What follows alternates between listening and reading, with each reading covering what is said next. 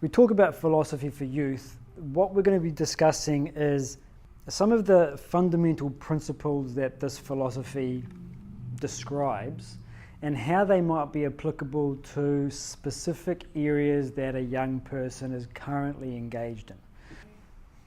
Let's ask the question, first of all, why philosophy at all?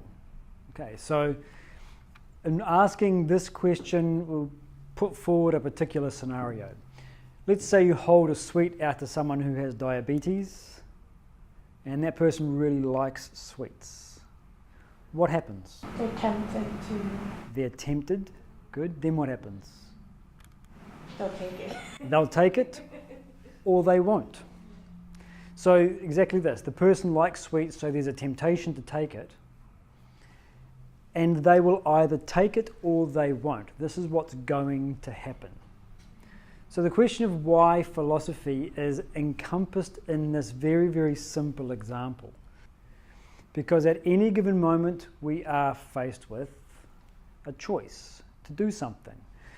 Philosophy is that which guides our choices. So how do we understand this? Let's look, for example, at the etymology of the word philosophy. Okay, so it's a Greek word, as I'm sure most of us know. The word philo means to love or loving. Let's start with sophos, wise, learned, a system of conduct for living. That becomes knowledge or wisdom.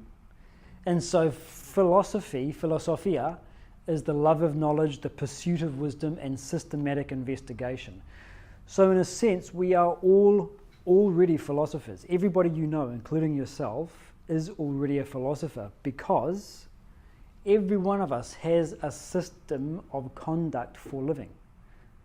We've all got a basis for the choices that we make, for our conduct, for the path that we're going to carve through life, for the attitudes that we hold, for the people that we gravitate towards, for those people that we shun, everything. We are already philosophers. The question is, how good is our system of conduct for living? So the philosopher is someone who has a systematic investigation, who pursues wisdom, who has a love of knowledge. So what this implies is that the philosopher is never happy with his or her current level of wisdom. The philosopher always wants deeper wisdom because they love knowledge. The essence of philosophy is questioning. It's not simply reading the texts of a whole bunch of dead men and understanding what they said and being able to talk about it. This is not a philosopher. This is a scholar. This philosopher is someone who has a pursuit of wisdom. How do we pursue wisdom? How is it done? How do you gain it? Not by reading books.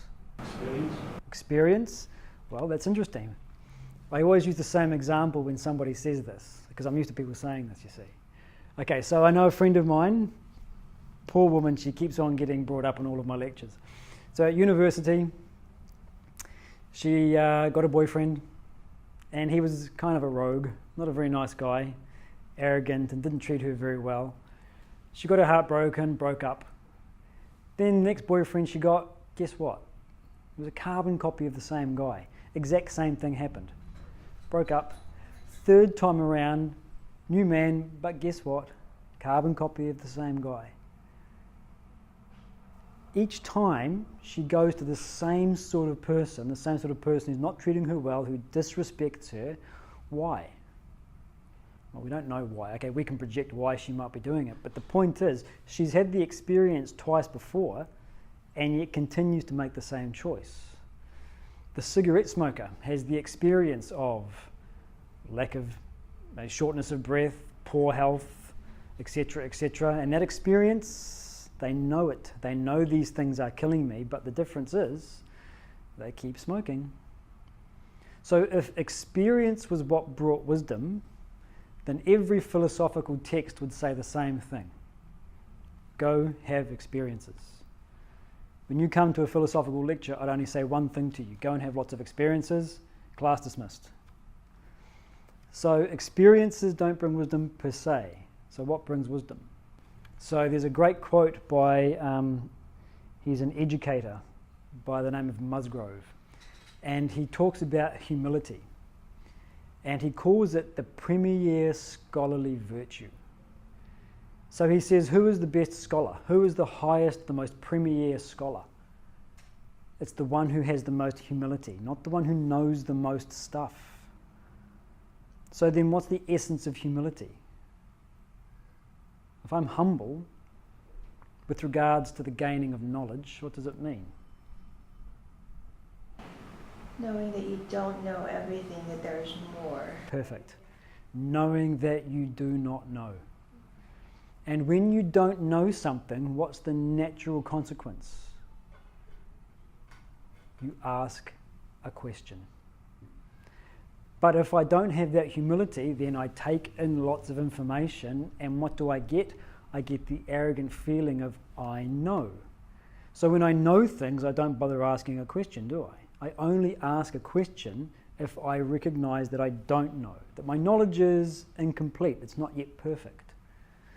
And so the gaining of wisdom comes through questioning.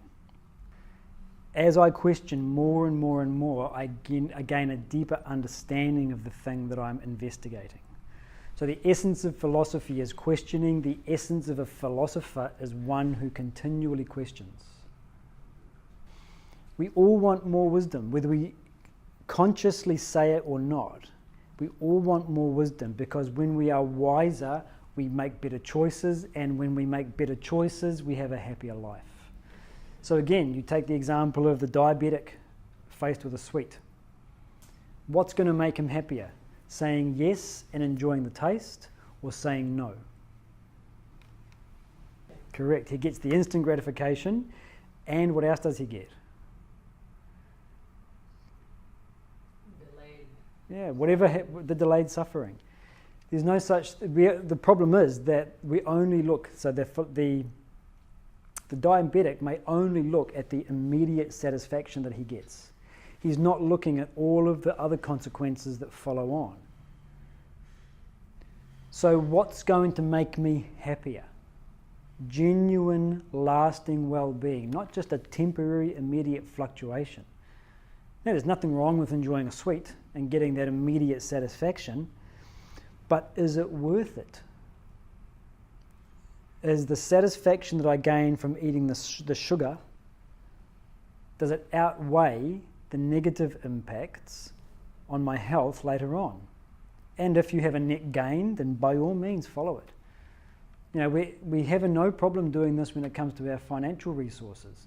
Here's an investment opportunity. If I put this amount of money in, my internal rate of return is negative 10%. Okay, clearly I'm not going to invest in that. Or it's 0%, no, not going to invest. It's 5%, still not going to invest. It's 15%, now I'll think about it. But we are constantly investing our resources, our internal resources and experiences. Are they giving us a good return? We take the example of the diabetic and the sweet. Take the example of the smoker. The smoker gets an immediate return from smoking that cigarette. What he doesn't think about is the debt that he's incurring by smoking every cigarette. And at some point, the body will collect. I'm enjoying this cigarette right now, but my body's going to come to me in 20 years and collect on this debt. Was it worth it? Now, the answer obviously is no. The philosopher is one who desires and craves and loves more wisdom, so that we can have a deeper understanding of the choices we are making and the effect on our well-being. So what philosophy does, it gets us to reimagine our life from a much broader perspective, so that we can make these better choices. So we need to know what life is. So what is life?